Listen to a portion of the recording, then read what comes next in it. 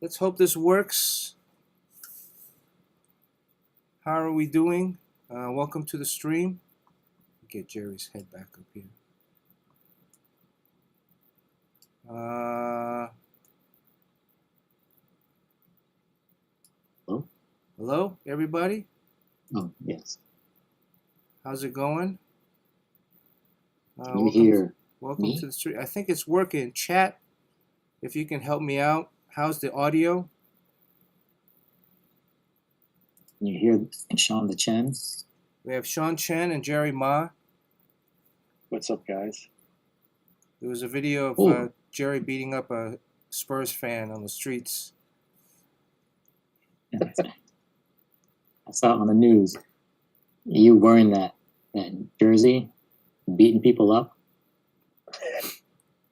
I think it's so stupid that people are doing that. Like, it's just, like, those can't be actual Knicks fans.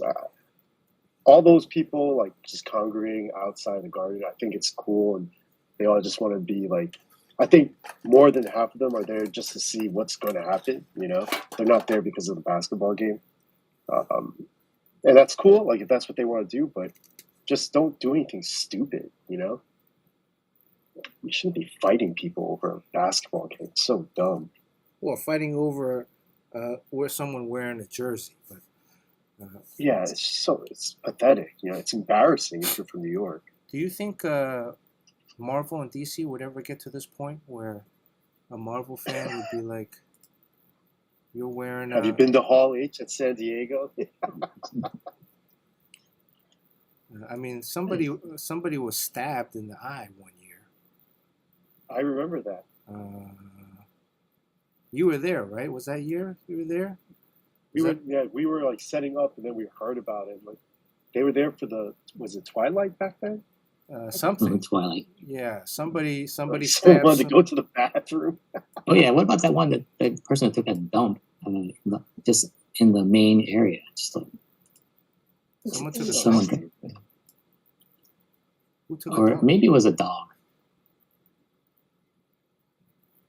Well, okay, so this is our second redo. Last week we had technical difficulties. There was something up with my internet service provider. Obviously, I was on the Fletch plan. And so the upload was really low. The upload and the download latency thing, whatever, the Mbps. So let's see. Jamie Odell, Way Highs in chat. Carson McKinney. Congrats, Carson McKinney, on the new gig. Carson McKinney is our, call him a professional artist now. He's working at Disney. Oh, wow. Congratulations. Lurky Lurk, resub with Prime, 38 months. Thank you so much, Lurky Lurk, all the way from Canada. El Magusi is in chat. Good to see El Magusi. Way I guess Way just had a second kid. This is probably his only moments of non-kid activity for the week. So thank you for spending it with us. You gonna go to the Anaheim Fan Expo? Way High. Who else? We got some new people. Mr. Joshua, thank you for the resub. 69 months. 69. We got to do something special for 69 months, right, Jerry? What do we do? I got an idea. Yes. You get upside down, and I'll stay straight up. You're going to do a standing up? Oh, is that still a 69? I only know how it works in theory. I mean, you got to be pretty strong for that. Jamie Odell, I'm assuming, is also a Knicks fan. I mean, I still think you guys are going to win it. Just no longer the sweep. And then, Game 4, I was just thinking, man, all the ticket values must dip a little bit for Game 4, right? Because even if the Knicks win, I mean, there's still like thousands of dollars each. Yeah, like people, I checked today. People were paying. I mean, there's still thousands, minimum like 3,000 or 4,000 a ticket. Yes, but Like for Game 3, people were pay like 100,000 for like 2 tickets. Oh, me and Chum Chum, we were considering paying like $2,300 for standing room tickets each. Standing room. What does that mean? You're in the garden, but you're no seat. Correct. Wow. Wow. 2K for that. Oof. I mean, it's an experience. When was the last time you were in the garden?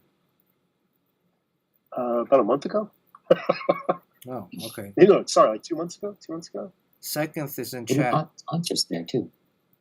Seconth wants the Knicks to lose simply because they would get so mad they start the revolution after last night. Yeah, I mean, like if the Knicks lost if the Knicks lose another game, I mean, Well, let me change that. If the Knicks lose another game and the Spurs keep getting all the calls, then I think New York could get a little hostile. James Quo is in chat. Yeah, I mean, if the Knicks lose another game versus if the Knicks lose the series, I think by that time, if they lose the series, I mean, they got to play at least 6 games to lose the series, which is going to take us into next week. I got to think some of this fervor would die down. And that game 6 would be back in New York, right? Yeah. 2-2, 1-1-1. So it's 2-2-1-1-1. I thought it was 2-3-1-1 or 2-3-2. No, that's the old way. That's back when games were played quickly, not like after 2 days. Now it's 3 days between city changes and stuff. Oh. They slowed it down so they can make as much money as possible. Okay, well, so Game 6 would be back in New York. So I mean, if they lose Game 6 and the Spurs win 4 in a row, I think that would be mayhem. But I don't know, man. I have my reasons why the Knicks lost last night. Let's see who else is here. It's Tooth, not Seconth. Sorry about that. No Anaheim Expo for Way High. But you got the green light for SDCC. Wow. Okay. That's a good trade-off. Be there. Sean's going to be in SDCC. Yep. Ooh la la. Sean, when was the last time you were in San Diego? It's got to Last be year. like years. Yeah, last year. Oh, last year you were there?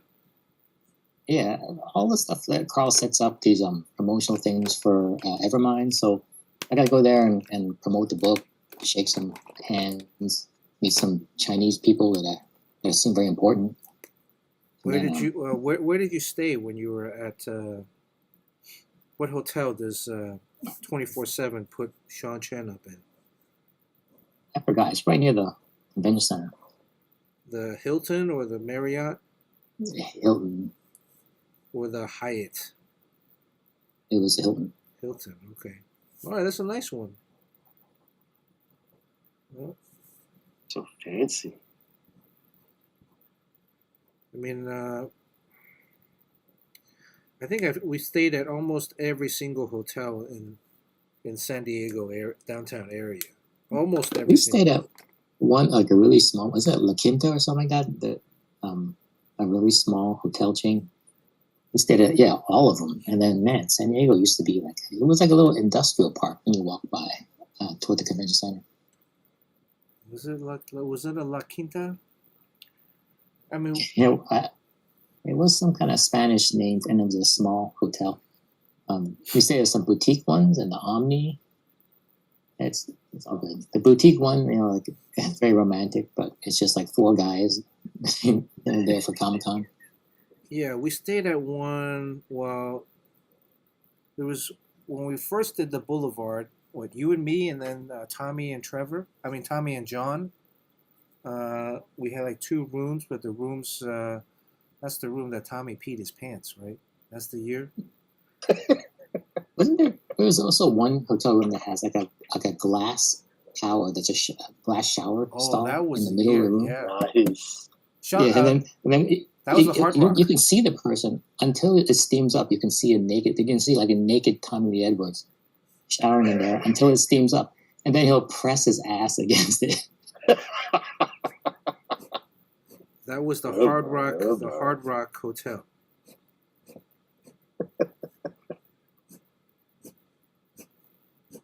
Yeah, and then oh,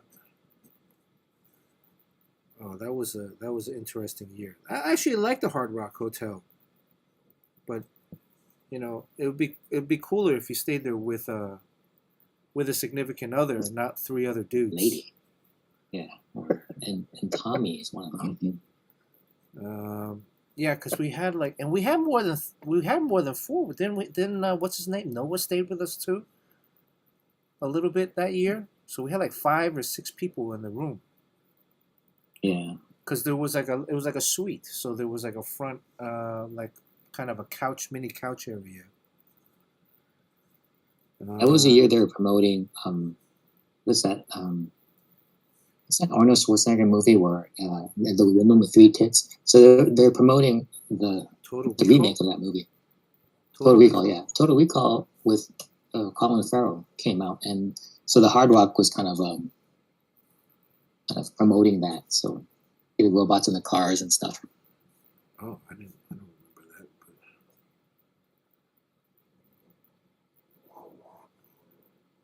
But... Well, where else? We did. Yeah, I remember staying at like a motel. It's like a Pulp Fiction type motel one year.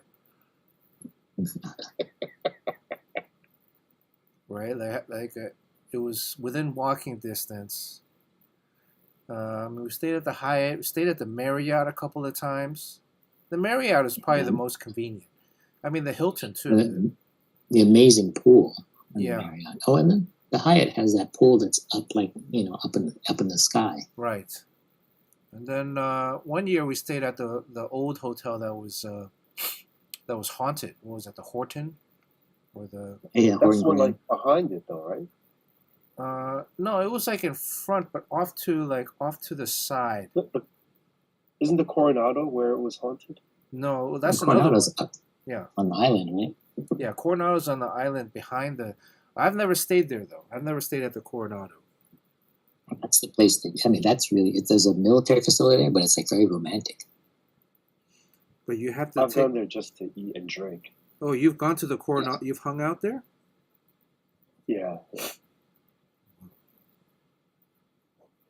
And then I've stayed one year in the Circle, which is away from downtown, and you had to like take a shuttle in. That was interesting. I mean, I think a few years ago when I was there, Carl wanted to grab something to eat.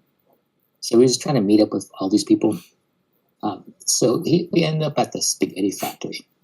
And then he goes, we're supposed to meet Courtney. So he would text Courtney. He's like, hey, Courtney, do you want to meet us at the spaghetti factory? And she's like, no. I mean, I don't blame her. Was it spaghetti or was it cheesecake factory or something like that? Well, there was some kind of like a factory. I don't think there's there anymore. Is it still there? I don't think so. I mean, for the longest time, I remember we would do the Ole Madrid, the paella dinner on a Friday or Saturday night, and that would turn into a nightclub. The first time I went, I stayed at the Radisson Suites with John, and we got a suite, and it was straight shoot up, but it was like almost like a dozen blocks up from the convention center, but it was a straight shoot down. And they also had the costume contest in the same hotel in the ballroom there, or theater. They had a theater, adjacent theater. That was a lot of fun.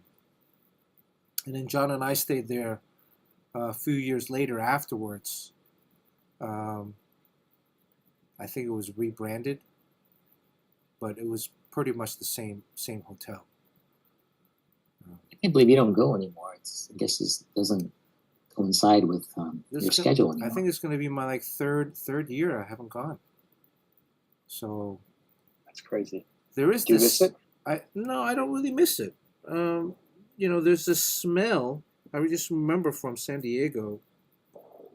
The convention center has like this distinct odor. It's not like it's a bad odor. It's just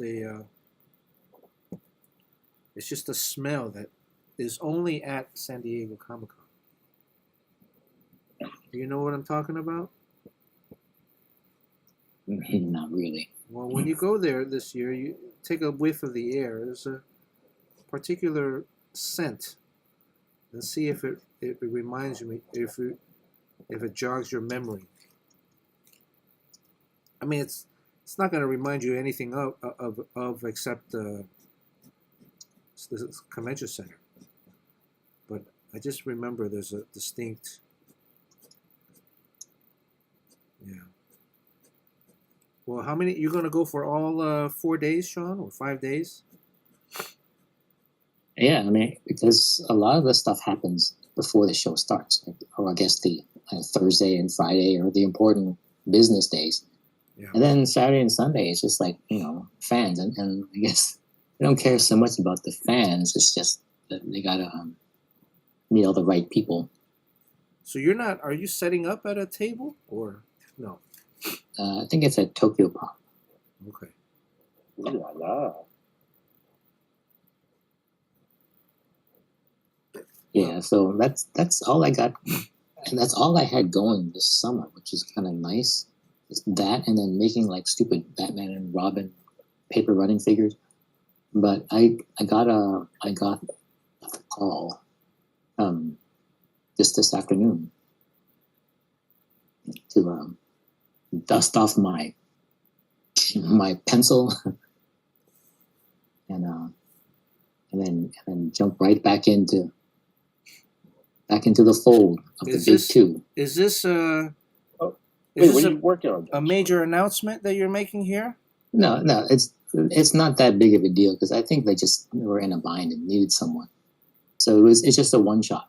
So I wouldn't take on like a series because I would just be late on it, and I don't want to be doing that anymore. But yeah, so they contacted me and asked if I was available to do a one shot special, and it kind of fits in kind of an empty summer, so I would figure out and do it. Salvation Run 2? Yes. Salvation Run 2? No. This is for Marvel, so we're working for the same company. Oh, is it? It's not Sorcerer Supreme. You trying to tell me you're taking over my book? So it's a hell of a way to tell me, man. Hint, hint.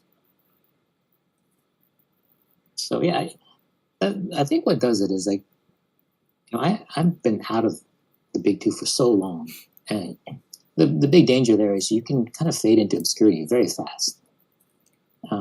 And you just kind of expect, like, if you don't call them, they don't call you, and also you're associated with books that came out like 20 years ago.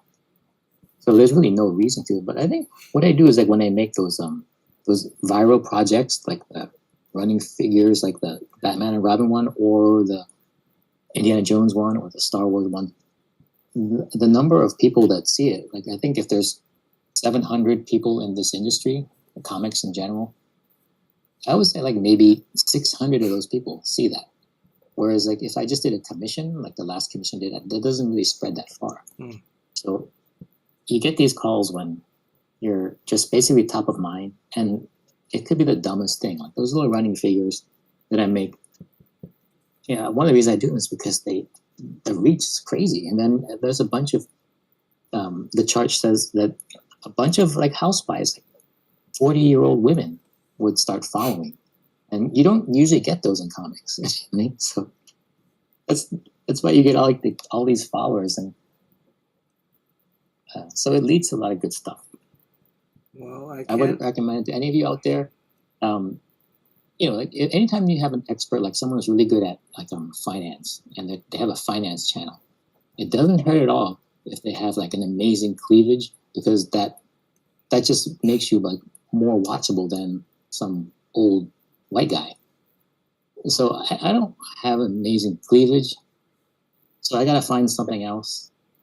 And I think I found like I just do those really weird things. I was like, I rescue birds and show pictures of them and all that stuff. So the stuff that I put on Instagram tends to travel farther because it's kind of more interesting. And then it just ends up like you don't have to worry about fading to obscurity because you can break through the pack by doing something really dumb.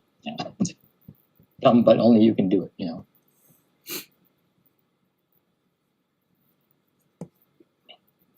Oh, so Carson McKinney said the He-Man movie is really good. Yeah, I saw that. Yeah, He I've heard from posted it. multiple people. It's good. Is it already out?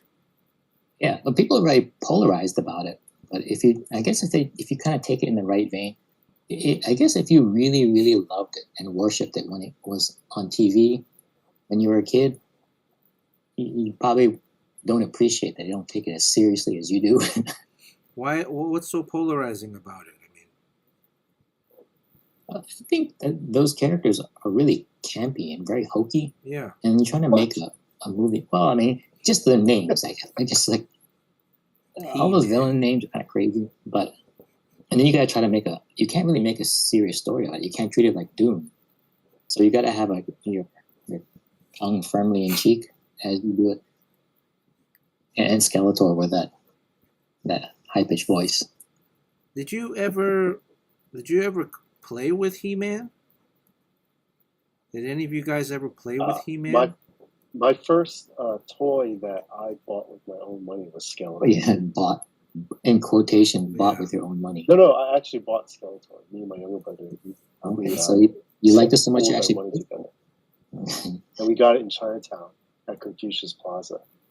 Oh wow! Did you get? Was it a fake? Was it a bootleg? Sorry. No, it was a legit Skeletor. It wasn't called like Bones Fellow or something. Well, yes, I went off to steal many more afterwards, but the first one we bought, and it was Skeletor. Yeah, but how many more? Like, did you like collect the whole series, or I mean, all of the He-Man, or just Skeletor? That's when I was getting a little bit older. Yeah. So we got. I mean, it was always me and my two brothers. Like, we couldn't afford it on our own, so we'd have to pool our money. We got Skeletor, Man-at-Arms, Stratos, and I think that might be it. And then we stole a couple, and that was about it, though. Did you get the girl? Nah, that was came out when I was I already didn't really care about it anymore. Ela or Evelyn?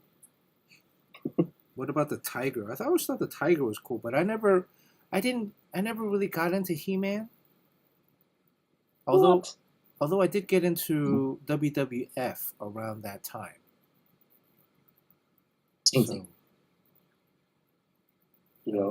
Fletch used to make fun of me because, back when DC was in New York, Fletch would always invite me up to the office, and I would just basically ransack the offices of books.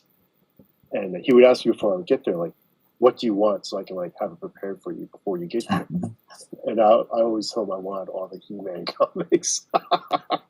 So I have every Fletch even got me the He-Man omnibus and everything. Is there an artist associated with He-Man?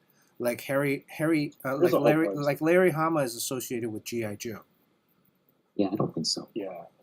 No, He-Man, they never really did get the very first DC 3-issue series, which I have somewhere. That actually, the artwork was rocking on that thing. I have it somewhere, the floppies. But then the new rebooted limited series that DC I think still puts out, or maybe Dark Horse puts them out now or something like that. But I don't want to say they're bad. It's just they all feel rushed, Maybe we should draw like He-Man. But we did draw that guy with 3 eyes. Triclops. His name is Triclops. Actually, I just found that drawing somewhere. Oh, you still haven't sent it out? I think it's Lurky's. It's around here. I was cleaning out my desk the other day, but okay. Well, right now I'm just like randomly filling in some effects. It's cool, like the way you activate the background with those. I always find it hard to draw that because I can draw things that exist in real life, like the person and the vehicles and buildings. But then this is not stuff that you really see. It doesn't really exist. It's like energy and effects. And I always have trouble with that. I always have to look up and see, like, how did Olivier Coipel do it? How did Travis Charest do it? Because I need to copy someone. Or Brett Booth does it a lot too. Honestly, Bernard doesn't get enough credit for his like smoke and whatever you call this type of stuff. You know? Yeah. What is it even magic? called? The magic stuff. Because I've been trying to like, I had to draw a lot of smoke recently, and I went through the basics. You know, like, oh, let me see how Travis Charest draws smoke. You know, and actually, I ended up being like, oh fuck, how's Bernard draw smoke? And I started swiping Bernard's smoke. Yeah, you have to do that. You copy my smoke. Resist the urge. Like a lot of times, I couldn't do it actually because your smoke is so freaking detailed. It's annoying. It's just here's round, one thing you have to know round, about that round stuff. shapes, man. Just bubbles. I actually wanted to ask you, what's your thought process? Like right now, what is your thought process doing these like swirly magic things? Because it's pretty awesome, but like what you know, what's the inspiration behind it? Because it can become stiff very quickly if you don't know what you're doing. So like, right now, right now, what I'm thinking of is like, okay, there's these magic energy, like shards that he's creating, right? He's like moving around. And so that's what these are, that are kind of wrapped around his arms, these kind of electrical Can things. you do that again? These round things around his arms, these electrical kind of pointy things. Swirls. Pointy swirls, right? And then the swirls, I put like holes in them to show that they're not like... that they're kind of more alive, right? It's not like a full swirl. There's like a break in it every now and then. The swirl lines that I'm doing now, that's just more like I'm trying to create a texture. So to pop out these other, and they're all curved. So just to indicate more movement. And just so everyone knows, I know which pen you're using, but what size micron pen are you drawing? This is a 08. This Ooh. is a 08. I mean, actually, I did not know that. That's... if this was a page for comics, then I would probably be using a 005. So why is that? Why is it different for a comic than information? I think the comics it has to be reduced down, right? So I need to be more cautious about the line weight. The commission, I mean, this is how you're going to look at it. So this is the piece. This is the final piece. It's not like it's going to be reduced down or blown up. Well, the conventional wisdom is when you're drawing a comic, since it gets reduced down to like 60, whatever, 63 or 66, the difference between the line weights have to be more exaggerated. And sometimes you're drawing with a line that is obscenely thick, and you're like, oh, this looks horrible. But then you reduce it down, and then it looks right. There is a mistake a lot of beginners make where they don't really see their stuff printed. They only see the 11 by 17 in front of them, and they use a thin pen, and they like the way it looks. And then when it gets reduced down, a lot of those lines get too thin, and they lose their power, they lose their impact, and their drawing becomes weak. So you have to draw for the reproduction. And that sometimes means drawing with an uncomfortably thick line. We got a question, Bernard, from James Quill. Are you able to mentally fill in the solid black area that has X in it while you do the swirls? Yeah, I actually don't ever really use X. I really hate this on the leg, because I think that's what the James is asking. But yeah, it's all black right now. But you can see it as black because right now it's pure white. Yeah, I mean, I there's some pencil in it, so there's some pencil rendering in it. Because I can't see that. When I have a black area, I gotta fill it in. Otherwise, I can't see the rest of it. I can't Yeah, imagine it. I would fill it in right now, but it would I'd have to. I'll fill it in now. Just so you guys can Like, see what's it. the danger of filling it in now? Well, because then I'd have to Because wait you for it might to dry. drag the ink. Yeah, I have to wait for it to dry, and if I'm erasing stuff, it might, It smear it. doesn't mess you up because you're putting things around it, and that area that you're working around, accounting for, is 100% different than what it is actually there now. So you might pop out that leg by putting darks around it, but then you figure out, oh, that leg is supposed to be black, so you actually made it disappear. Yeah, it could. We'll find out right now. All right, everyone, does it get worse or does it get better when it Yeah. fills it in? We'll find out right now. Yeah, maybe. If it gets worse, then make a mental note. Never do that again. It could be worse. Who knows? All right. And this other thing that I'm doing right now, how I'm rubbing the paper. What is that? Can you guess what I'm doing? It makes the paper grow larger. I thought you were just getting rid of the eraser bits. Well, I'm not getting rid of it. I'm reusing like the small eraser bits that are still on the paper Like those pounce pad that architects use. to pick up like additional, like smaller pencil lines. So Have you guys ever gotten the eraser mouse? Oh, yeah. What's- I mean, it's like that sack of Yeah. The sack of erasers. yeah, it looks like the rice bits. bag. no, I do have an electric eraser. That'll You- take what Very, you very should- different. The best thing to get is intern. Let's get an inker. Intern. An You inker. can, like, erase this. Then their arm gets all tired. All right, I have some Higgins ink. Black Oh, magic.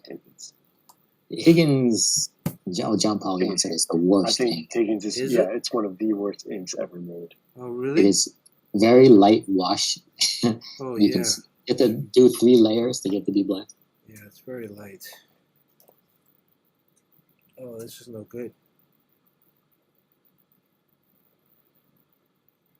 At our store, whenever like kids come in with, I don't know why, on all the art school syllabuses, they always ask for Higgins ink. And everyone in our store is always trying to get kids to not buy Higgins ink. It's the worst. Like, we're always like, look, I'm telling you, this is garbage. Yeah, it's not giving me a good ink. The PH Martin's, what is it? Black Star or whatever it is. Yeah, that's like the best one. All right. And you know what's his name? Bob Layton's mentor. Who was he? That inker that he learned from. He would Giordano? have this. Dick Giordano? No, older than that. I think he died a while back. What was he? Milton Caniff or something like that. I don't know. He used to work in when he was a kid. He was an apprentice for this guy, this inker, this famous inker. He has a pot that you cannot eat out of because it's used to boil the India ink.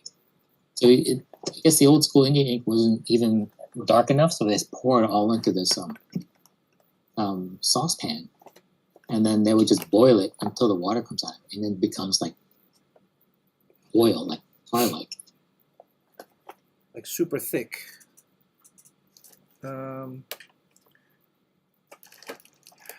might have to stick with the Higgins because I can't find my other ink bottles. I do need a better brush. So for everyone listening, Walt Simonson uses the Pelican Touche drawing ink, I believe it's called, something like that. Oh wow. Yuko Shimizu, she uses the Black Star matte black. Yeah, that's the good stuff. Yeah, that's the good stuff. But the Pelican is pretty awesome.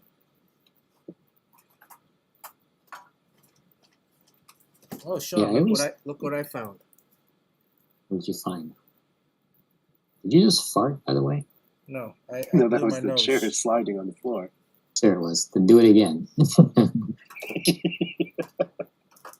Oh, hey, you still have that? Yep. Back in the old days when we used to make our own toys. Does this stuff expire? Because it's still wrapped. No, it can get very, very stiff, but the thing is, you can soften it with water. That stuff lasts forever. Yeah, so I can still use this to make. We should maybe do a stream where I'm doing a little 3D.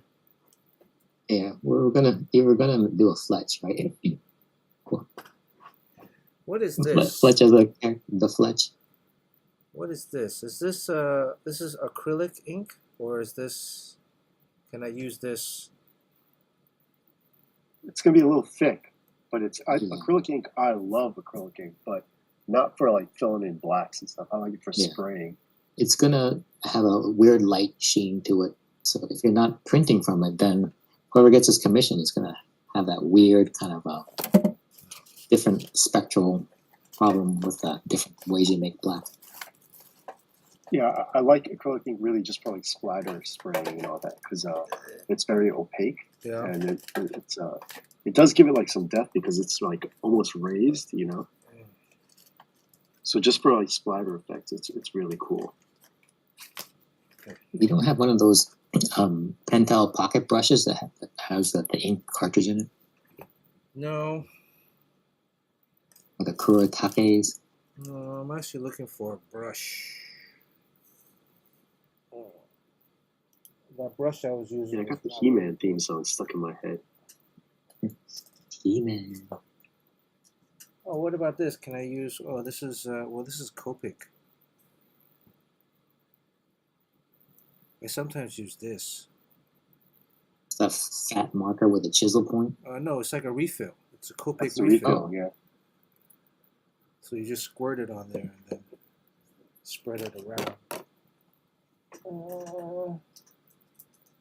It's alcohol based.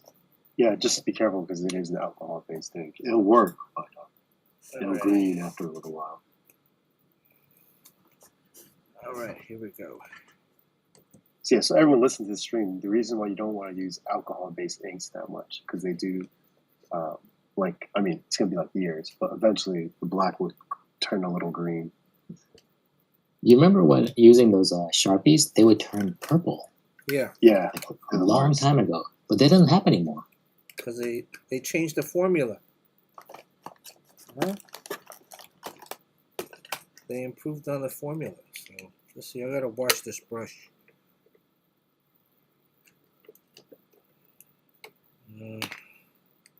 So the next game is tomorrow night. Yep. Are you going to a bar tomorrow night? You know, I've only gone to a bar twice to watch the games, and it's with Jerome. It's just like it's so crazy. It's hard to I actually like watching the game and knowing what's going on. Yeah. But I got my friend Johnny. You guys know Johnny. Yeah. He's dying to go to watch at a bar and be in the middle of everything. So I might be going to a bar tomorrow just to please him. Okay.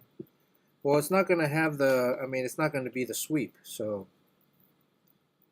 Yeah, but it's going to be pretty fired up, I think.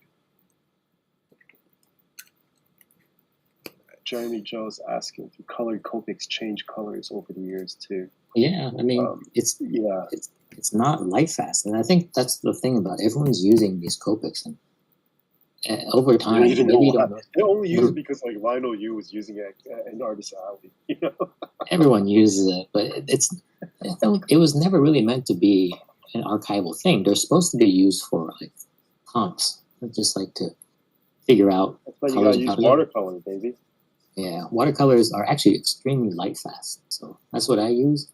And yeah, it's been around. Like there are watercolors from from a long time ago, Da Vinci's time, and they're still around.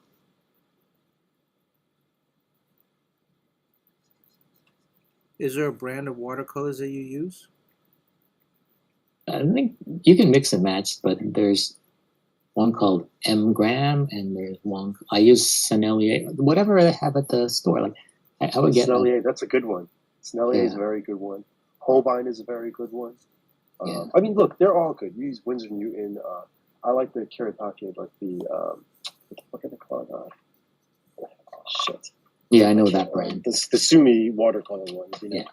And Um, the ones you shouldn't use are like the student or trainer ones that you just have to like really work them up because they require so much water and there's not that much pigment in them. But like if you get a good set of watercolor, like I have one travel set that cost me like $75, but I bought it like oh, that's not even close that to, much. Come on, Sean. yeah, but I bought it like 10 years ago, and I've done so many commissions that it just will not run out because you use such a small amount.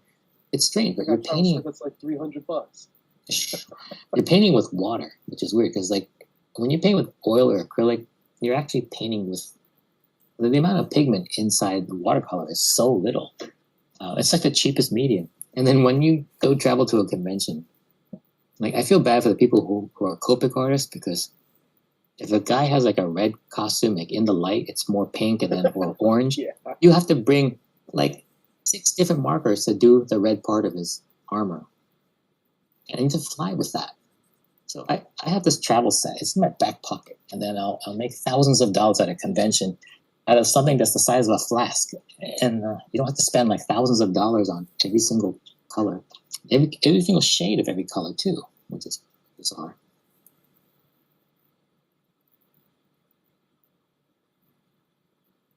Well, is this what James Quo thought it would look like? So what do we think? Is it getting worse or better? Better, baby. I think it makes him pop a little bit more, right? Yeah, his upper body.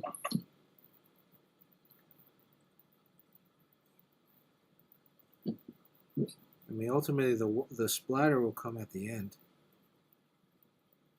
So many, I guess it's called like systems overlap. Like that plasma energy that's swirling is one system.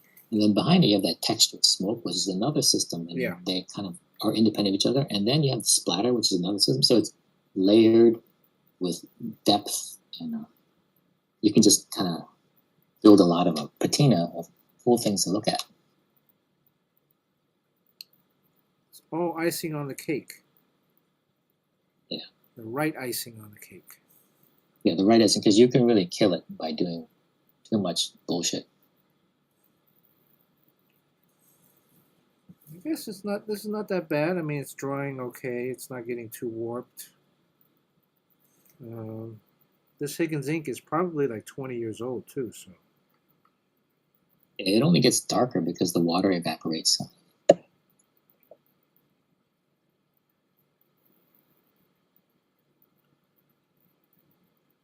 think I'm not that confident with a brush. I mean, since you're doing a lot of watercolor, Sean, do you find that you have to be more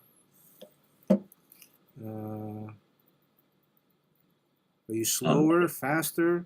Have you gotten faster, or is But there? the key to watercolors, if you do it every day, like each Momoko probably does like several watercolors every single day for like decades. There's a way that you paint that there's like a freshness to it. Like if you wanted to draw like a muscle or something like that, you just strike that brush once and you get this kind of like leaf or spear shaped brush mark, and then you're done. You just leave and it dries and it fades and gradates perfectly, and it looks like the shadow side of a muscle. If you're kind of new to it, you would go you make that same shape, but you would make it with like 50 different mini strokes, right? Until it looks like ricotta cheese, and you just basically killed it. So the more you do it, the better your strokes get, and you use fewer of them. So you gotta try to do. Like I did this person's thigh. I guess it's on my Instagram. There's that Robin with a hybrid costume. he has a gray costume on, and his right thigh, is made of basically 3 strokes of a watercolor brush, and then you just leave it. But in the beginning, when you first do it, a lot of beginners just like they'll make the shape and it's like, oh, I can change the shape, and you work it a little bit. It should be darker here, and just go over and over, and it looks fine to you until you step back and it's like, oh wow, it died somewhere half an hour ago. I kept on working it to death. Well, Jerry, what are you using for? I saw that you posted recently. You had one that you're adding tone to your pages on the original. Oh yeah. I'm just Gray using wash, right? the Manhattan pencil. So that's it's a new pencil company that my younger brother started. He always saw me packing, like Sean said, all sorts of crap to go to conventions, and it's just ridiculous all the stuff you got to bring. And then brother I didn't realize he was paying attention to all this, so he made the pencil brush, which is it's basically a watercolor pencil with a brush connected to it. And they're really great for conventions in particular. I think specifically for going to conventions because you don't have to you pack less stuff with you. And the graphite ones in particular are the color's pretty strong. So I've been using that just since he started. I told him like, oh, I'll just use it on the Monkey King on the entire book. So I've been doing all the pages, all the background stuff and all that with. Nice. Yeah, I don't know if you guys want to try it out. Like, I'm not trying to advertise, but I genuinely think they're pretty good. It is my brother's thing, so I will advertise it. If you guys go to his website to buy it, you use a discount code Epic Props, then you'll get like 10% off. But no pressure. But it is pretty cool. I have a set of it. Letting this leg dry a little bit right here. It's still a little wet. So I just have this other stuff up here. It's really kind of mindless swirling. Fill this out, and then I wonder if I should leave the floor clear. Wait a second. Do you have gray wash on his tummy? On his what? On his abdomen? No, this is all line art. It's all hatching. Oh, okay. Because it looked like you had like a gray wash there. No, I haven't done any washes yet. This is all hatching. So. Yeah. Wow, that's crazy hatching. That's awesome. All right.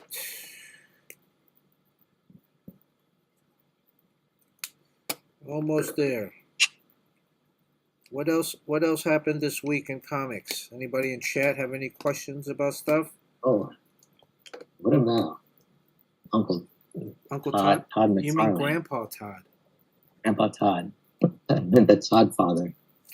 Grandpa Todd. Someone told me that someone took down that. It's down. Yeah, they took it down. So what happened there? Who took it down? What? He was on a podcast, a comics podcast, and they asked him what his thoughts were on AI, on Gen AI. What do you think of AI? And he said, I don't know what the idea is. That actually sounds pretty good. Like,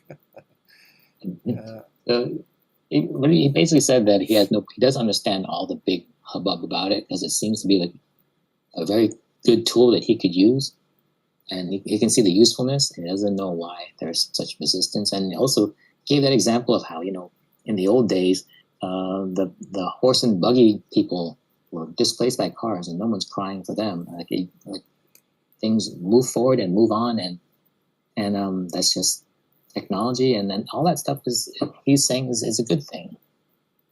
And so I wonder who took it down though, whether the podcast did or Todd decided like, hey, that didn't go across very well. I'd like to take that back. Yeah, but it was from the podcast though, right? It was from these. Have you heard of those two guys? There was like two guys. A lot of comics podcasts are now coming onto my algorithm. stuff Yeah, that I I noticed that too. never knew about.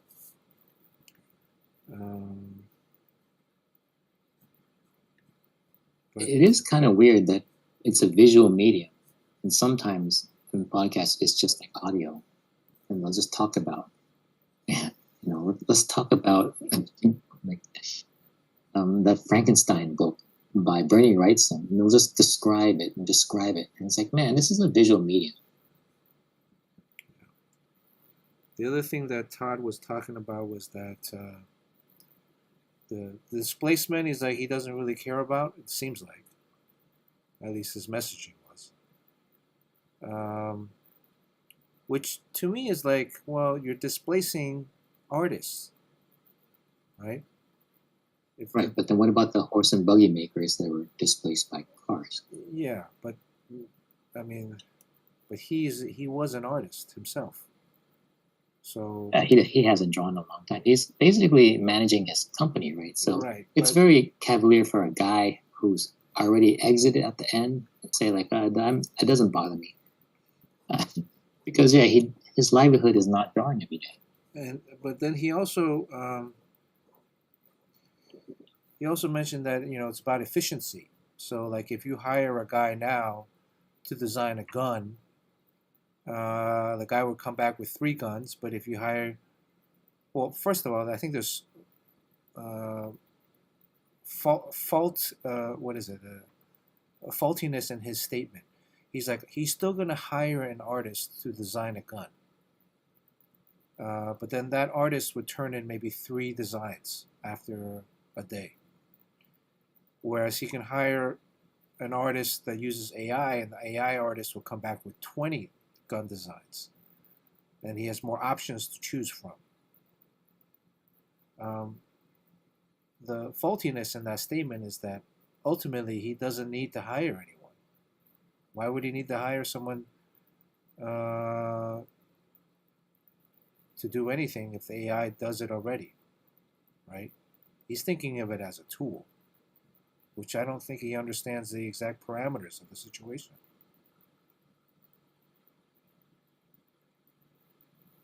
Yeah, I mean, there's a lot of people who think like him, but the amount of pushback is kind of very heartening, because I never really thought that anyone would care about what happens to us artists, but apparently they do. So people will just reject it, and maybe not because they care about artists, because I think they care about that an artist, not any particular artist, but an artist made something rather than a machine. Like they can really love something and say, like, oh, well, a machine made this. It's like, oh, suddenly I lost my appetite. And I never really expected that to happen. The other thing about him is that he's always talking about cool. He's using these words. He's using this word cool, right? It's like, oh, what do I care? I only care about creating stuff that's cool for his customers. Cool, but he uses that almost like, I don't think he knows what cool is. In a way, I mean, how old is Todd? Of course he doesn't. He's too old. It's like he's a grandpa. Yeah, like we don't know what's cool anymore. And then in a recent in another thing I saw today, he's talking about, oh, and this is cool, and then, oh, this part is like goofy. This is like a goofy thing. And so it tells you that he really doesn't understand the vernacular that he's using, because goofy now means bad. Not goofy like or I'm not the character, but just like goofy like a happy goofy is a bad term now. If you say something's goofy, that means it's shit. You know, like, why are you doing stupid stuff? Like, it means that it's stupid. Like, before, goofy was like, oh, this is kind of goofy. You can do something with it, right? It's not like exactly a completely negative term. Yojimbo, good to see you, Jimbo. Anyways, it's 10:47 here, and Travis just told me that he is going outside to the park. And what he's going to do? What? So take his new ball. What is that? Oh, It's rugby. a rugby ball. Yeah. That I didn't. I was like, where'd you get this? And he goes, oh, it's Uncle Bernard. So he takes that thing out at night. It's pitch dark and dangerous, and then he kicks it and catches it, and kicks it and catches it. You gotta work on the ball. At this point, I think it's good that he's working on it. We'll see.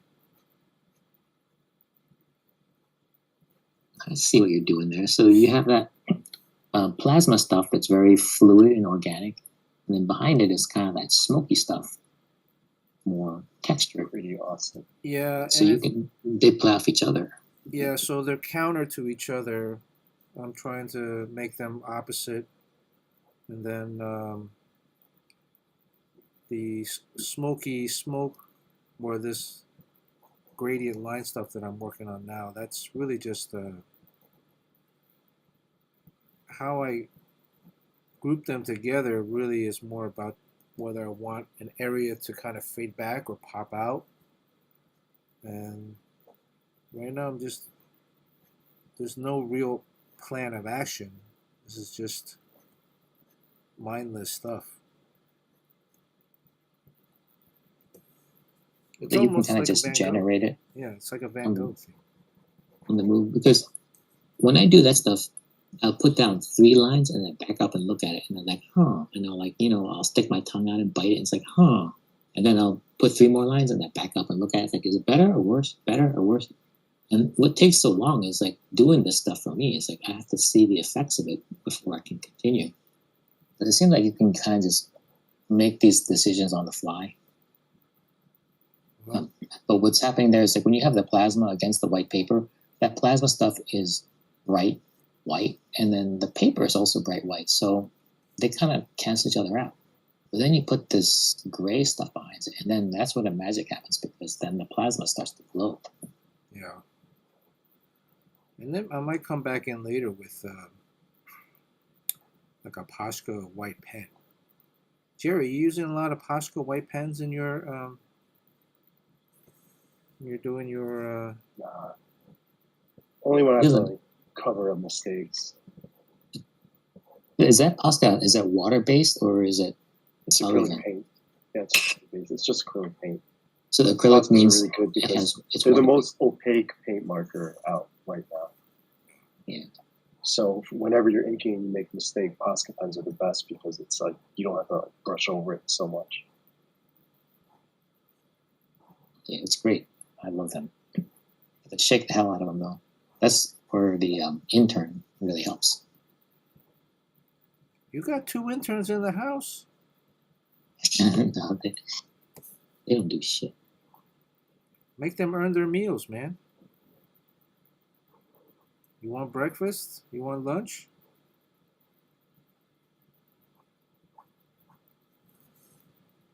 Well, how long are you going to be out in San Diego? Oh, I guess just for the days. I'm not even sure why I'm going, but they determined it was important, so I'll go. In the end, I really don't know what effect it has. It's not for me to decide. Well, you're going to go, I mean, there'll probably be some other, it's going to be some other events. You're going to come up to LA? No, I don't think so. I would think he would have, if he's having meetings, wouldn't he have any meetings in LA or only in San Diego? I think they're all in San Diego. So you get to be like Tommy Lee, where he had all those Hollywood meetings.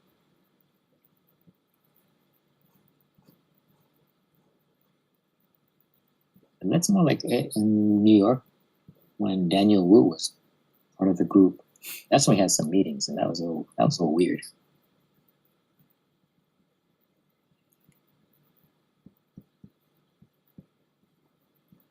So Jerry, you gonna come out to San Diego? No, I don't think I'll go back. To be honest with you. Yeah, there's a lot of people saying that they have a convention fatigue. Like a lot of big time artists are saying, like, you know what? Because of my online store and I'm taking initiative and stuff, there is no need to go to conventions anymore. That's the Mike Mayhew thing. Yeah, and like J. Scott Campbell, remember he used to have that huge banner. Yeah. There's a really good interview with J. Scott Campbell on Ink Pulp, and he talks about his business, and like I never really heard the guy speak before, but that guy is so business literate in terms of what we do and how to strike while the iron's hot and how to maneuver. And it's clear he got to where he is because he's just very good at maneuvering in this industry. Just knowing, you have to know when to level up. And so yeah, he used to do conventions and he used to be part of a group, and then he was solo. But everyone has the same story where they didn't really know what variants were because it's a collector and retailer thing. And artists kind of just are out of the loop, and they just say like, well, Midtown wants a variant. It's like, okay, I'll do a cover for them. And then like Midtown wants another variant. It's like, okay. And then you do about a dozen, and then like he'll ask, George Belliard at Marvel, say, hey, what are these things I'm doing? I know like they just want to cover over their own, but what happens to them? It's like, well, if they buy like 80 grand worth of comics, then they get to have a variant, and then that variant sell for X number of dollars. And he's like, whoa, really? And then so he did that thing that I guess a lot of artists don't really even think about, which is like, should I buy 80,000 comics and then do the cover and then sell it like on my store? And they'll be like, yeah, I don't see why not. I guess you need like a diamond, like you have to work with diamond. And so then you just did it, and then you cut out the middleman. You don't have to wait for Midtown to call, and then you can kind of just take control of it. And so Mike Mayhew does that too, and he works with CGC. So like the real smart artists, they don't wait around to get these assignments. They kind of like say like, hey, how much of that can I do by myself, or have my wife do, or have my assistants do, and then just have a direct relationship with the end collector. Yeah, it does take a significant. Well, you have to be able to stomach like 50 grand in writing a check for that amount, and then hoping you earn out. It does take a significant investment, and you do have to have a platform to sell it at, or work on a platform to sell it at. And then you need to have the capability to store and ship. So, J. Scott Campbell has a warehouse, right? Yeah. I know Mike Mayhew has a warehouse here in Glendale, in LA.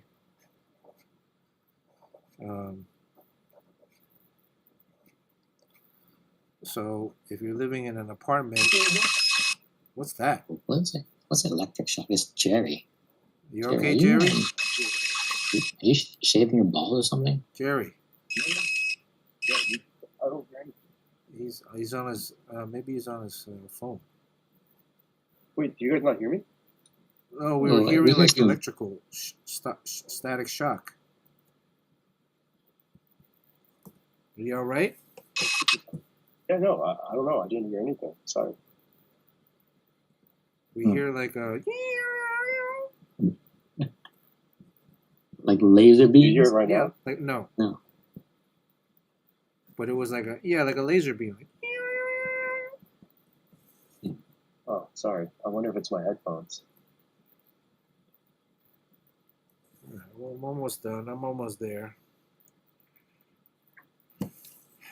You guys see anything I need to add to this or change from this? What else can you add to It's it? already a lot of work. I mean, I Yeah, got I think Editing in the background. leaving the floor white, because it'll give you a place for your eye to rest, and it makes it look like you're taking control of the design. yeah, or I can maybe the floor is black. Oh, well, there you go. I don't know. Can you zoom out a little bit so we can see the whole piece? Once you paint it in black, and then we'll all chime in whether it got better or worse. Afterwards, it's too late. This is as far back as I can go. Can you raise the trunk? Yeah, perfect.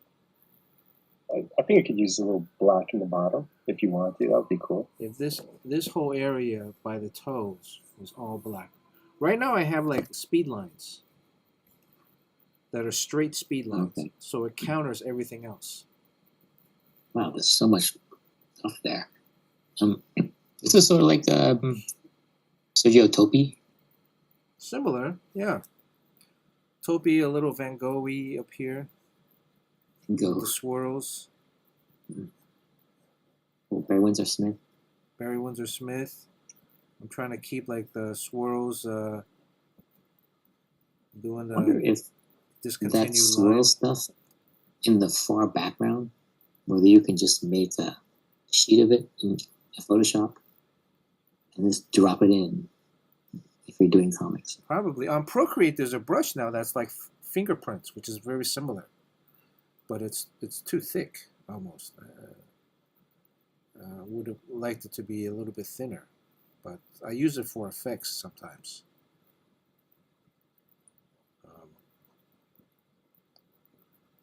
But who was using their thumbprint at one point to like make textural? Oh, yeah, Pepe Larraz. Yeah. And maybe what was the other guy? Jorge Not Molina Jorge. or something. Oh. Yeah. Sounds like something Jesse Lonergan would do. But I think isn't that like a security issue? Use your fingerprint. Well, you just use Supposedly one now. finger. I mean, how much can you get out of one finger? You can get There is a everything. warning that said that AI can now discern your fingerprints from high-res selfies. So if you do like the Chinese, peace sign, Yeah. Oh, that's really? kind of a Well, risk. probably. Yeah. Yeah. There's no limit. There's no limit to how much shit. There's AI no limit to anything. I mean, look, Yeah. you gotta. I mean, people probably stop doing podcasts or something because, I mean, there's enough technical data output there for like our voices. First of all, right? I mean, you could fake a Zoom call, right, or a FaceTime call, and you would think it's me. I completely believe that. I heard one person, I guess they spent a lot of time, was it on one of those parasocial AIs where you just talk about yourself. This other person, the AI learns so much about you. And then he asks us important questions like, hey, Claude or whatever, what's the best way for me and all that you know about me to make as much money in the shortest amount of time? And then AI's like, let me think. And came up with this plan for him. And then he did it, and it's starting to work. That's scary. So what software did he use? Claude? I don't know. It's AI or something.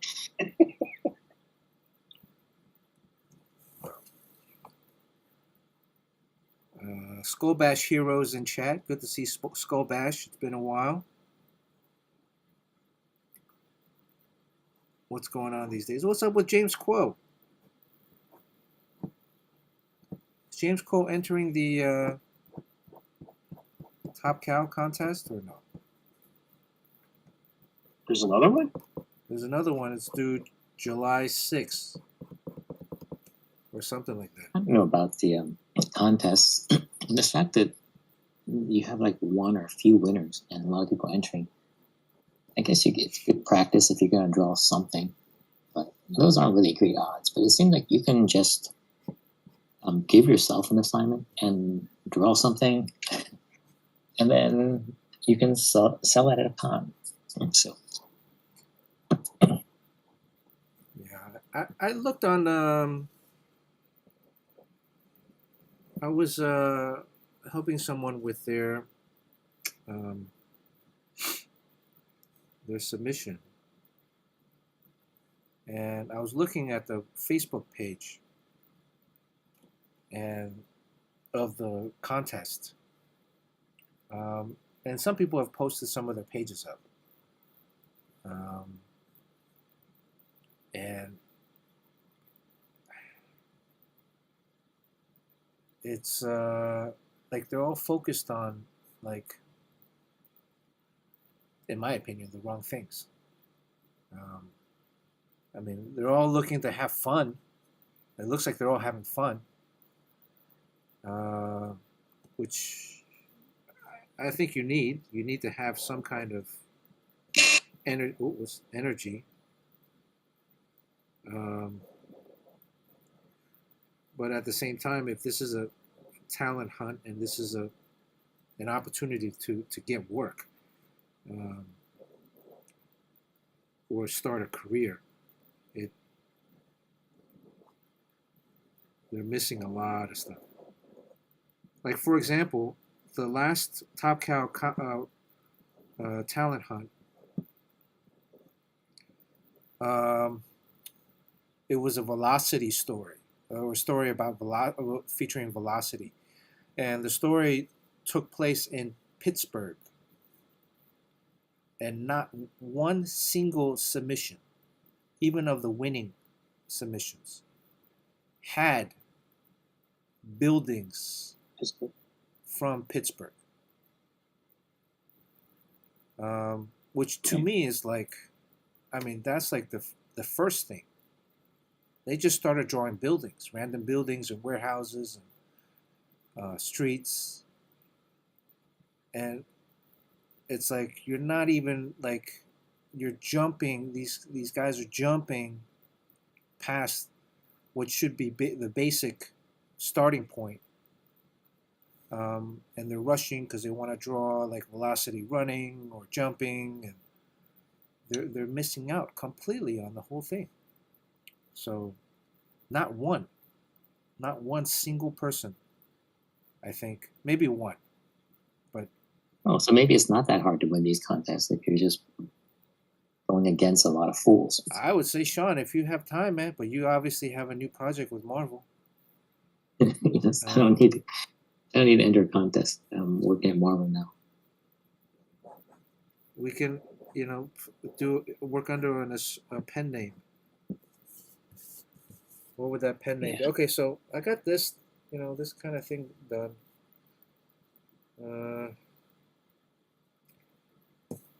Anything else? What else can you fit? So I think an interesting thing that happens there is like all of that stuff in the background makes his skin feel smooth, because if it wasn't there, there would just be like it'll be a neutral texture on the arm. But now it's very fleshy. Yeah, it's I think the contrast in the various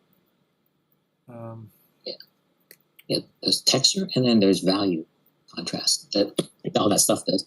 The person that understands that very well is Frank Cho, because you see like sometimes like he's drawing like women with like I don't know, maybe creamy thighs, and you really can't draw creamy thighs against a white background. So he'll put like jungle and rocks and stuff in the background, and then it's like, oh wow, look at that gigantic thigh. It's creamy now. But he understands what these emotional signals you can send in a drawing by being in control of mark making. Sorry, did you say creamy thighs? Creamy thighs, you have to be able to describe, like, when using words, talk about a visual medium. Like, you know what I mean when I say, like, supple limbs, creamy thighs. And I know supple limbs, but creamy bosom. Thighs? I've never heard of creamy thighs before, Sean. Oh, maybe it's cream on thighs. Cream on guys? Cream on guys. You gotta, I think. What are you drawing, Sean? That's something else entirely. What are you drawing for Marvel, Sean? Yeah, what the hell?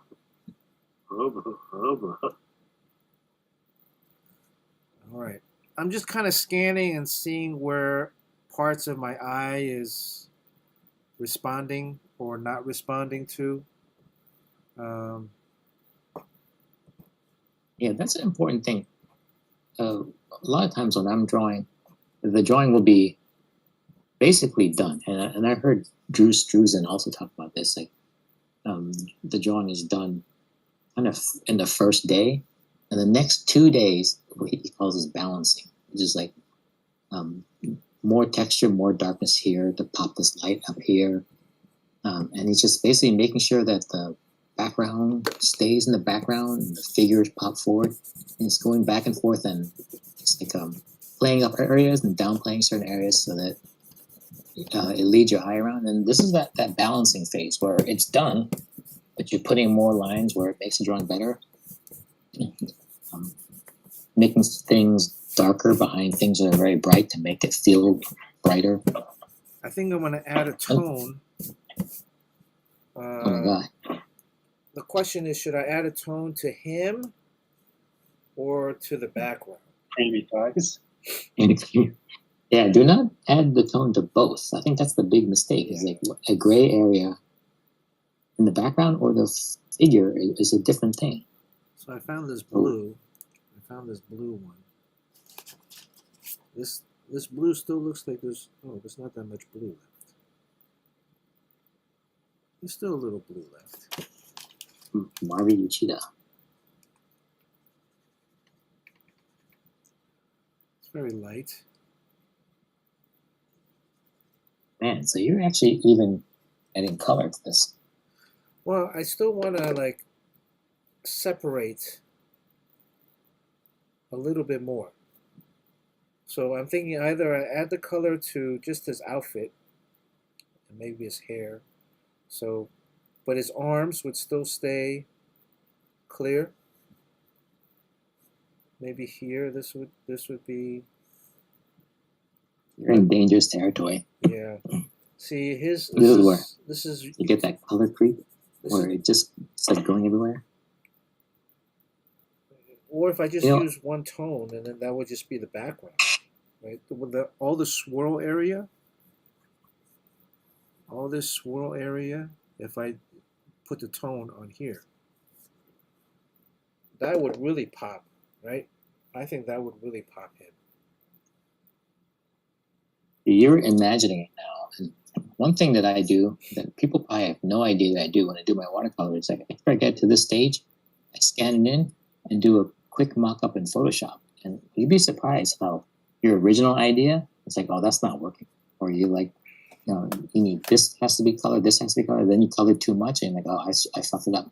So I'm glad I didn't go in with watercolor because whatever I plan is usually not what I end up with. And I learned all that, what's right and what's wrong by doing that, by coloring it in Photoshop first. Okay. Oh shit. Hold on. Let's do that. You're gonna scan it in. I took a picture of it. I mean, I don't need to scan. Okay. But yeah, you're like you can. A lot of artists can do this in their head, and most artists do. And that's how you do it at a show. But maybe it's because I spent 30 years penciling, and then only started doing inking and coloring in the past 5 years or so. So I have to just play around first, and you'd be surprised. Like, oh, what's really fun also is that background, like all that plasma stuff. Sometimes I just make it all gray just to get the value right, and then you can select that area and then take that slider and run through every color in the rainbow. And chances are there's like one color you pass, like, well, I expect this to be like a slate, like a blue gray, and I slide it around to everything, greens, reds, yellows, and it's like, whoa, that purple looks fantastic. So you don't really know how it's going to look until you see it. So Photoshop allows you to run through every single color combination and then pick the best one. And then all you have to do is just kind of imitate that color with watercolor. All right. Procreate.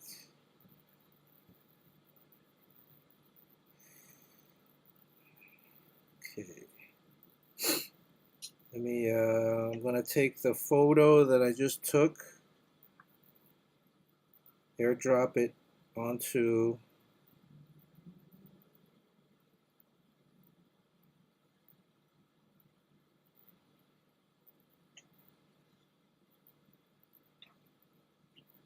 airdrop it into the iPad.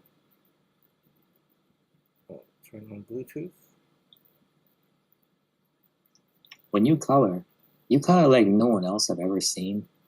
Because a lot of times a colorist would just take that lasso and precisely lasso an area and then dump color into it. But you take that stylus and you crank up the size of that brush to be size of a tennis ball, and you start sweeping over everything in huge broad strokes. And then the stylus size gets smaller and smaller and smaller until it's done. Yeah, how else are you supposed to color? You color digitally like you're a painter, like you have like the fat brush. Yeah. Okay. There's a little bit of discoloration because of, I guess, the photo. So let me. You can desaturate. How do I do that? I thought this is just. I thought you're just trying to see where you want to add a little color. Well, I mean, you're doing wild swings with colors. Either you're coloring the background or the figure, and if you don't know, those are two Just go ahead completely. and color it for now. Just full blown color. You'll come up with something good, but if you want to come up with the best, I think this is a good way to do it. You can see the effects of all your decisions. Yeah. Well, this is only because we're streaming this. I think normally, I don't know, maybe I would have just gone ahead, but I also don't have the marker to do like this massive area. If I find the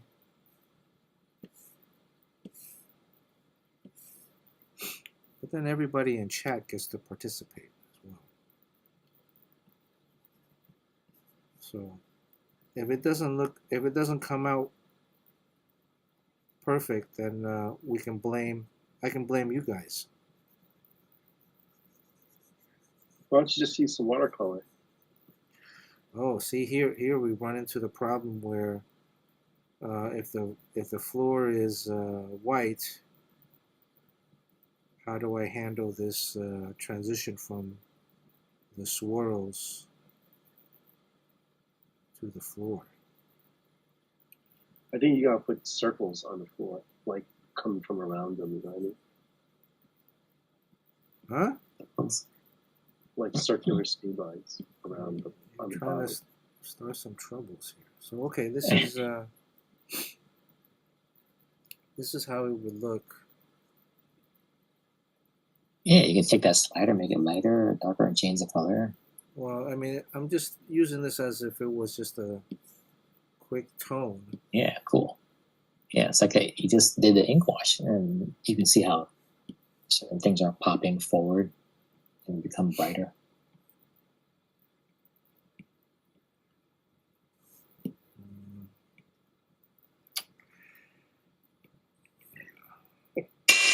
Chris, it's surprised you don't want to use any green. What did Carson say? Use green for the Green Lantern one. Well, he does have green pants. Well, wouldn't you use red for Shang-Chi? Well, see, here's the other thing, right? With the Green Lantern, it was just green and black and white. Shang-Chi is red, yellow, and green. So, Red. Yeah, so the problem is when you use red, yellow, and green, you're like, then I'm just doing the costume. But when you look at it, someone was going to see like, hey, how come his face is white? It's like, I colored too much. Now you got to do the face. Red. And before you know it, you're doing a full-on painting, like just painting everything. Red. And then you just overworked it, and it died. see, if I would just here, if I'm just doing the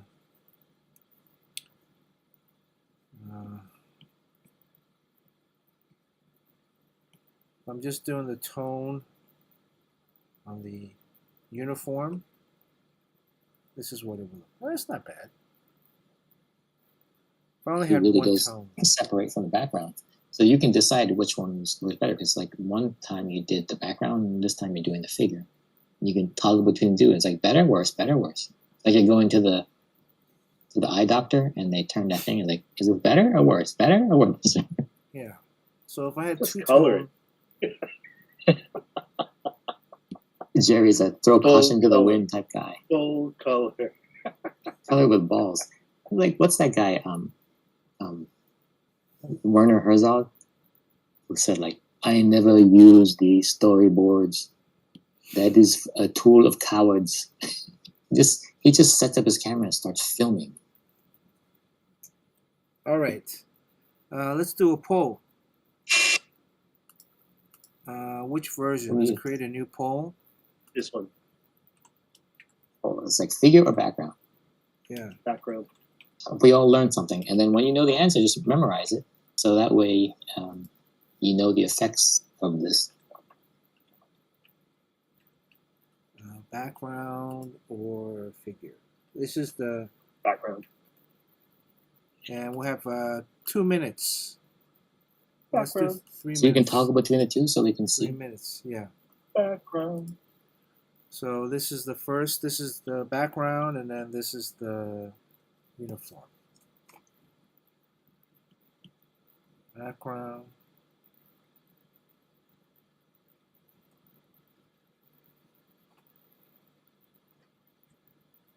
And uniform. You can vote using your Yes. channel points.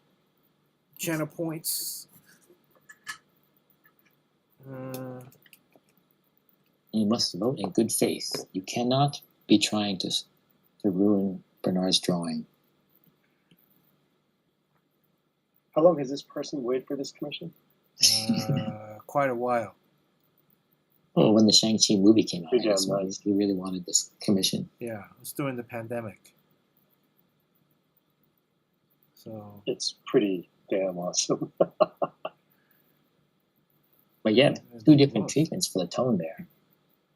I wonder if it's going to be a sweep. Like, I wonder if there's one clear answer.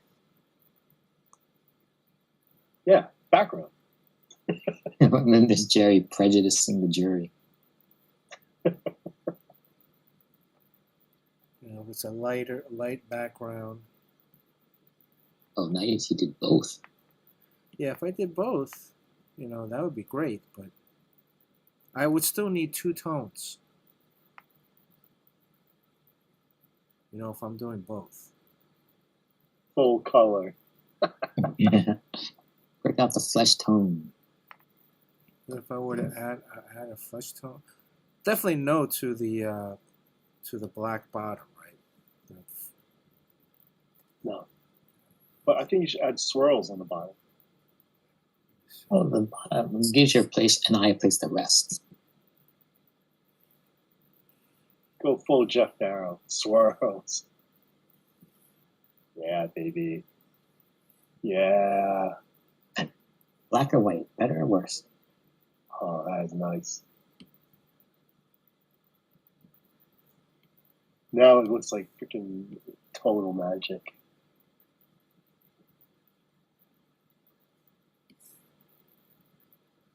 You Yeah, can experiment this with is anything.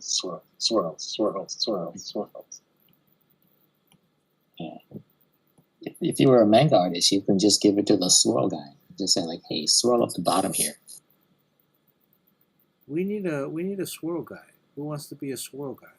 It's swirl guy. Again, they're like a real Japanese studio. You specialize in swirls, and like a real Japanese studio, we will work you to death. All right. I'll be adding swirls to everything, man. The voting is over. Holy cow! Look at that. It's a sweep. Everybody, 100% background.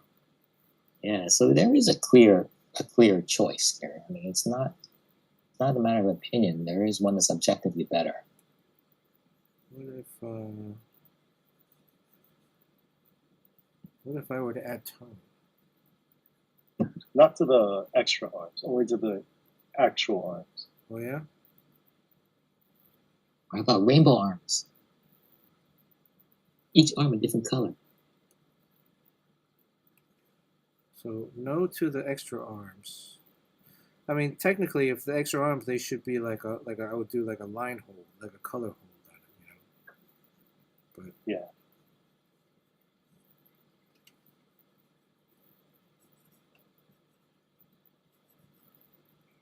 It's like cover quality commission here. Yeah, that's another thing that should name talked about. He didn't believe in doing commissions. This is J. Scott Campbell, because when you do a commission for a guy, he believes that a person can fall in love with a drawing. And when you go to a convention, you bring out a drawing. There's a bunch of people who are watching, like, oh wow, wow, and they actually fall in love with the drawing. There are some people who don't, and then if the person who was commissioned is like, yeah, this is okay, he didn't fall in love with the drawing, which is fine because it's not for everyone. But there are people who did. So it has to be priced for the eventuality the person would just feel mediocre about it.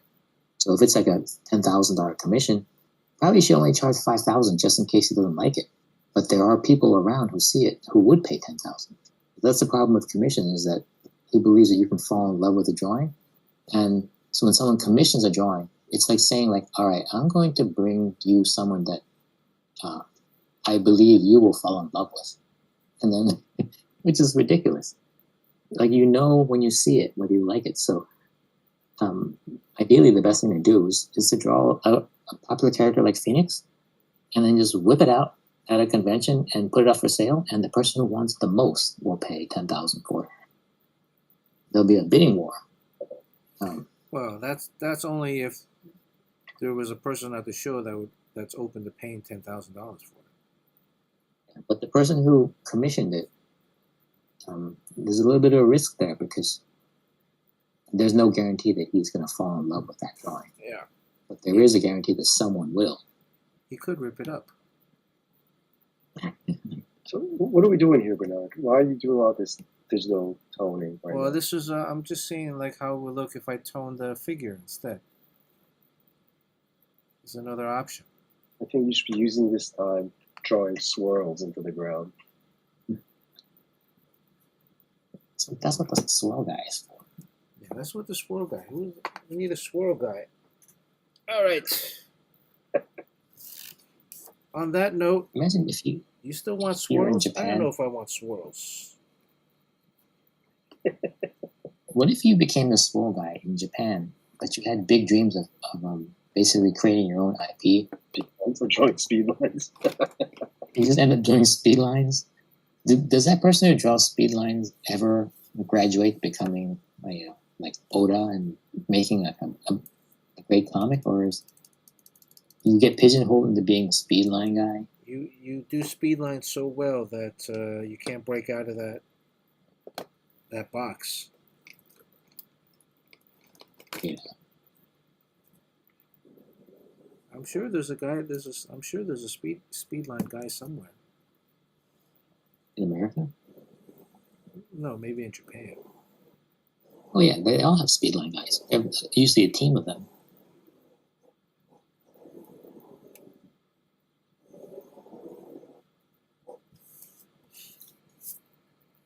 Yeah, I'm not. I think I'm gonna leave the bottom clean. The swirls, if I'm not unable to draw them, I think precisely, Risk. it might take away from because everything else is organic. The whole premise of it is that.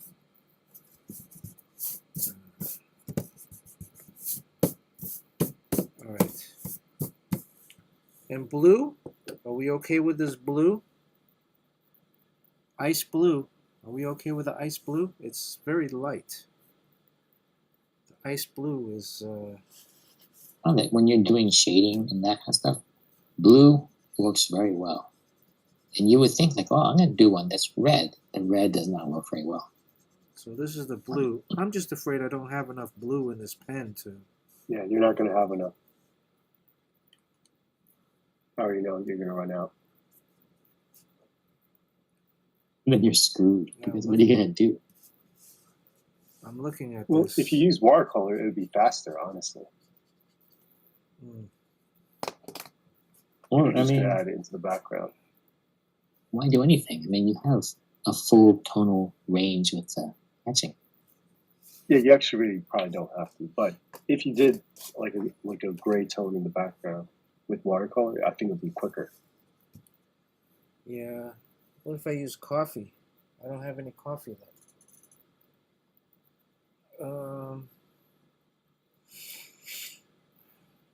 Where's my watercolor set? Oh, by the way, as promised, check this out.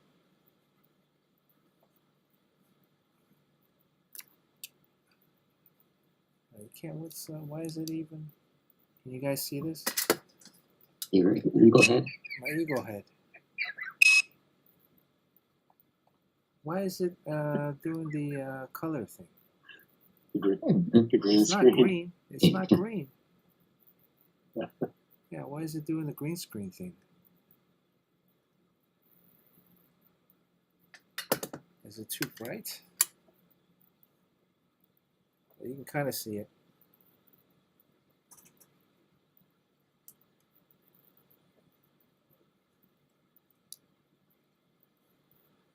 All right,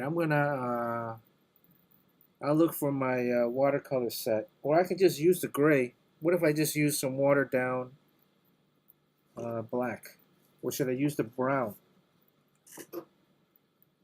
Oh, so indecisive today. I'm also afraid if I use watercolor, the paper's going to get all warped. It's already a little warped from the legs. That's why. Yeah, I got some crazy warped stuff. You mist down the back, wet it down the back, and then put it in a big giant book and shut it and leave it there for overnight. Yeah. But right now, it's already. You can kind of see how it's kind of. It's not. Just from the legs, it's already warped. If I use the Do watercolor. you know the best way to find artwork? And this is for everyone listening. Did I just say? What's No, honestly, the best way is to use foam board. You put it in between two pieces of foam board and just leave it there overnight. The foam board makes it like stick, the static from it. Oh, well, you don't use any water or anything to No, just foam board. 2 pieces of foam board, a foam board sandwich. Is it creamy? It is creamy thighs, baby. Creamy foam board? It's got the taser.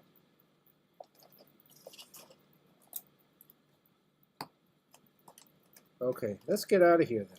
I need to. Well, this is the other. Which one is this? Oh, this is red. I have a red La Plume. Be careful with red.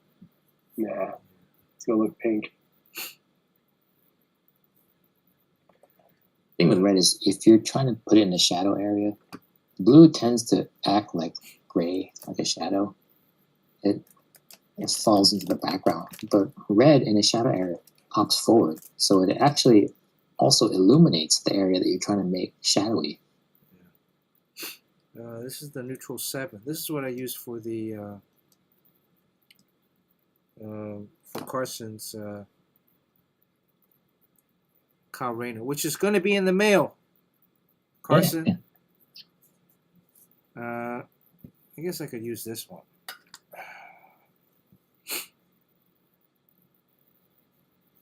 This is going to be pretty dark, though. Taking a risk. It's a risk. Look at this. No, man.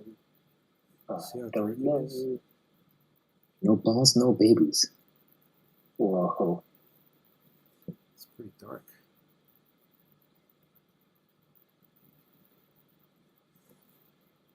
All right. Leave it. Leave it?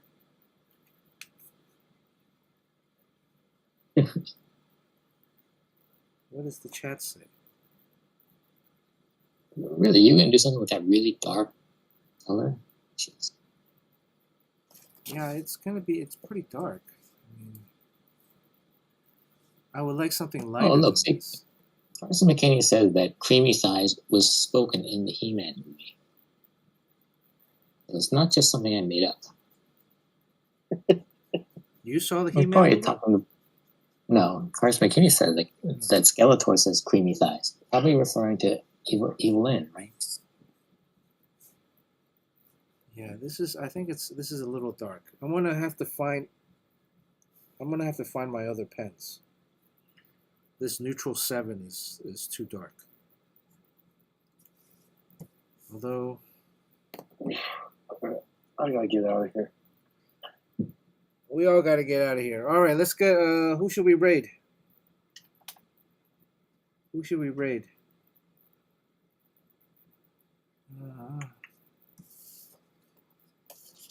James Quo? Oh, Outhouse Cartoons is drawing Outhouse He-Man. Cartoons. Oh, okay. Let's see. Outhouse Cartoons is drawing He-Man. Good suggestion. Outhouse. I bet he's drawing some creamy thighs. Okay. All right. Well, everybody, thanks for watching. Jimbo, thanks for moderating. Sean, Jerry, thanks for popping It sounds on. like I'm listening to you on double speed.